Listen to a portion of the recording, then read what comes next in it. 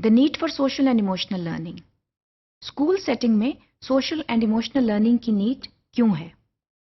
Social और emotional learning जो है इसको सॉफ्ट स्किल्स भी कहते हैं, क्योंकि ये वो स्किल्स हैं जो आपकी शख्सियत का हिस्सा बनने जा रही होती हैं।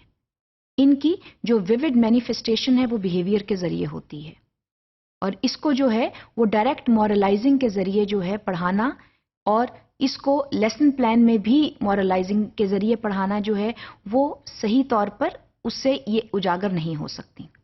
तो जो सॉफ्ट स्किल्स हैं और वो बिहेवियर मैनिफेस्टेशन के जरिए आती हैं, तो उनको इनडायरेक्टली पढ़ाना और उसके लिए मॉडलिंग करना टीचर्स की, ये सारे बहुत जरूरी अमल हैं जिनको एक केयरफुल प्लानिंग के तहत जो है वो स्कूल करिकुलम का हिस्सा बनना चाहिए।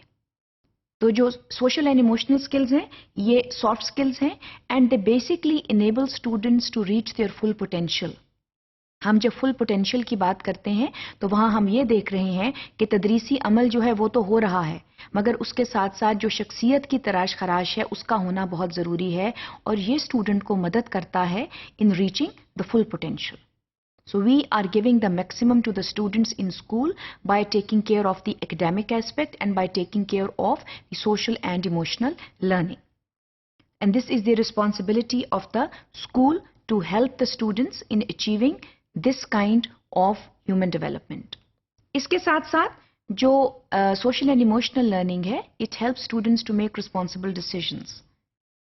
Responsible decisions का मतलब ये है कि when they feel for others and when they have good self-esteem about themselves, then it makes them make responsible decisions about certain issues.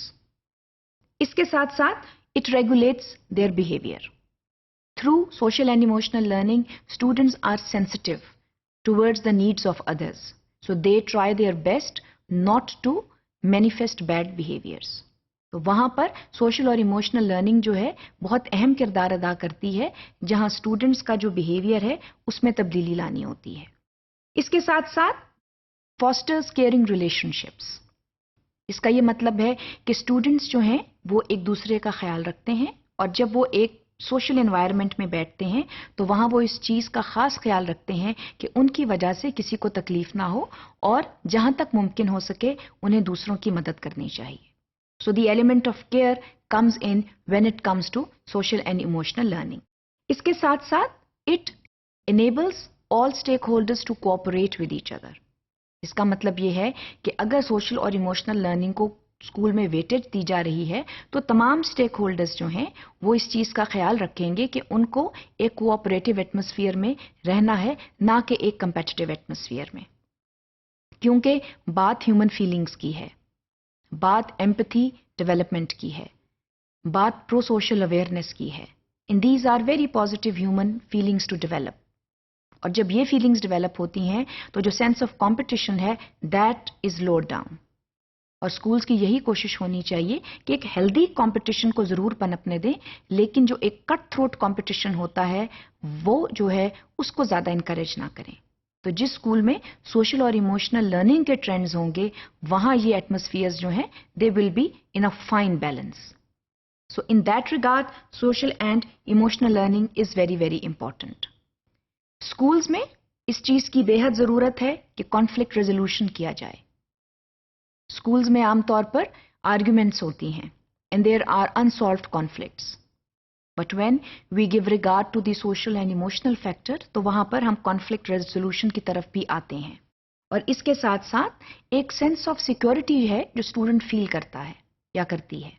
जब वो स्कूल में आता है या आती है तो वो इस चीज को फील करते हैं स्टूडेंट्स कि this is a secure environment where they have come, जहां पर बुलिंग इंसिडेंट्स नहीं होंगे, जहां पर आर्ग्यूमेंट्स जो हैं वो कम से कम होंगी, और अगर होंगी तो उसकी प्रॉपर रेजोल्यूशन होगी।